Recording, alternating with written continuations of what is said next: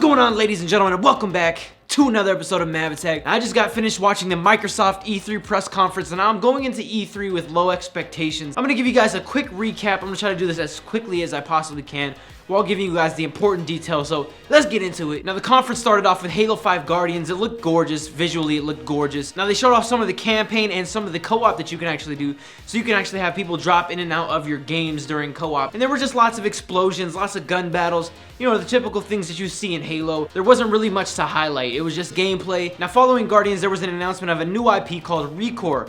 It was basically like I Am Legend, but with a girl in the future with a dog. Then she goes into the cave, and there's like all these spider creatures that attack her. And then something happens to the dog, and she grabs the core and like puts it back into something else, and the dog comes back as like I don't know, but it looked pretty freaking cool. I always welcome new IP, so anything that kind of like shifts, you know, what we've seen thus far in gaming. So I'll be on the lookout for that. Now, that one was called Recore, like I said. Following that, they actually announced that Xbox One will be backwards compatible with Xbox 360. So now, you no longer need an Xbox 360.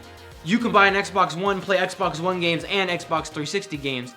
If you're into that, they announced that it's going to be backwards compatible with all games. Achievements you'll be able to play with your friends from Xbox One to Xbox 360, so it'll connect both systems pretty much. And Xbox also got a new Elite controller with like customizable buttons. You can like swap buttons, and it's something that like off-brand controllers can do now, but they're implementing that. They're making that their own thing now, so they can charge more money for what other controller companies do already. So that's freaking awesome. They showed more Fallout 4 gameplay. They had some things here and there that we didn't see in the Bethesda conference, but it was pretty interesting to see in the Microsoft conference. Now, if you guys want to see more on Fallout 4, I have a whole video dedicated to Fallout 4 because I'm that like moist over this game.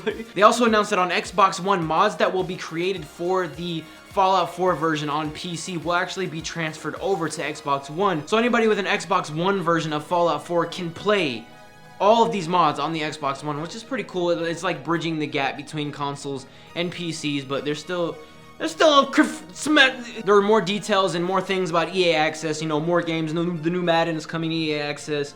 Titanfall is coming to EA Access. They did show off Plants vs. Zombies Garden Warfare 2, which I actually ended up getting Plants vs. Zombies on the PlayStation 4 when it was free. That game is really fun. I don't know if you guys have played Plants vs. Zombies, but that game is really freaking fun. They also announced Forza, he pronounced it weird on stage. I don't know if that's, anyway, there's gonna be like up to 24 players online racing together. Obviously new cars, I think I saw like a classic car. This is kind of where I got bored with the conference, but I still tried to watch. Dark Souls 3 was shown.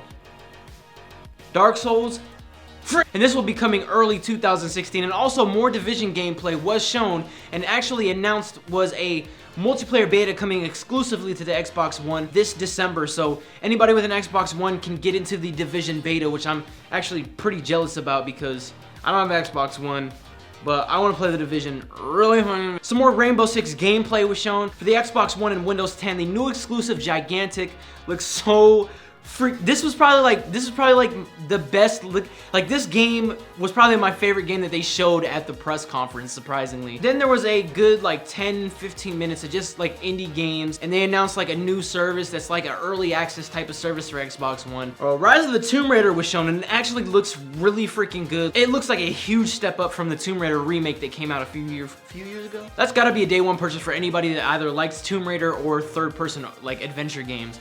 You can't deny and say that Rise of the Tomb Raider or just Tomb Raider games in general are not good games. Now, Rare actually came out, and I was super excited. I was like, oh, are they about to drop this new Banjo? They about to drop this new Conquer? Nah, they dropped a 30-pack of Rare games, a collection for their 30th year anniversary. 30 Rare games in one game. I don't care. I don't care. Like, am I wrong for expecting new games and not wanting like rehashes and remakes, remasters, the same thing that I've been having? But Rare did actually end up dropping a new IP, which is it looked like an open world swashbuckling adventure. It was called Thieves something. I didn't pay attention to it because I was really bored at this point in the conference, but it looks like an open world multiplayer survival game with pirates, where you guys could like man a ship and you guys could like roam the seas and everything. It didn't look bad. I just wish the only thing that wasn't Rare when it comes to Rare are new games.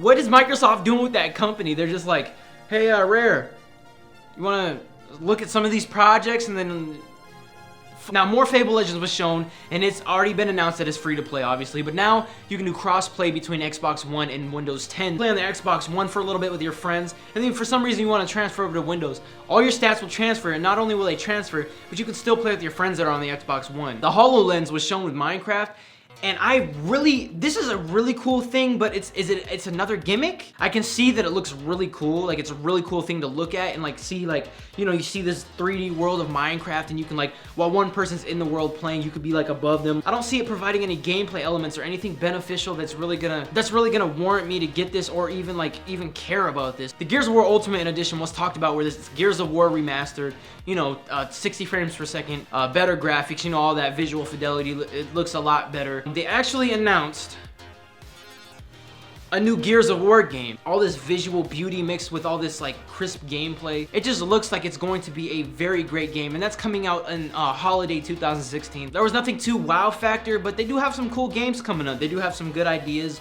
and they do have some good things going into the future of Xbox. That was in a nutshell Microsoft.